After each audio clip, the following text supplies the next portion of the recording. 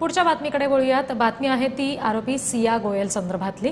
केतन अग्रवाल मृत्यू प्रकरणामध्ये सिया गोयल ही आरोपी आहे आणि आता सियाच्या भावाची लोणावळा पोलिसांकडून चौकशी केली जाते।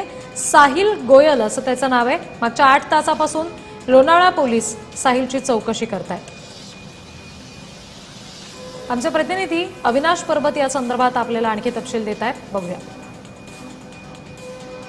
संपूर्ण देशाला हादरवून टाकलेल्या केतन अग्रवाल याच्या हत्येनंतर आता जे आहे लोणावळा पोलिसांनी सियाच्या भावाला जे आहे चौकशीसाठी पोलीस ठाण्यामध्ये बोलवले आहे। गेल्या 6 तासांपासून जी आहे चौकशी सुरू आहे। या चौकशी दरम्यान याचा भाऊ सियाचा भाऊ या चौकशी दरम्यान काही समोर आणतो का हे पाहणं तितकंच महत्त्वाचं असणार आहे। परंतु या चौकशी दरम्यान जे आहे केतनच्या वडिलांनी देखील यापूर्वीच तिच्या घरच्यांवर देखील आरोप केला आहे की या घटनेमध्ये कुठं ना कुठं तिच्या घरच्यांचा देखील समावेश आहे असा आरोप केला होता। परंतु आता लोणावळा पोलिसांनी सियाच्या भावाला जे आहे ते चौकशीसाठी बोलवले आणि सकाळपासून साधारण 6 ते 7 तास झाले तिची चौकशी सुरू आहे। चौकशी दरम्यान आता काही नवीन खुलासे होतात का हे पाहणं देखील महत्त्वाचं असणार आहे।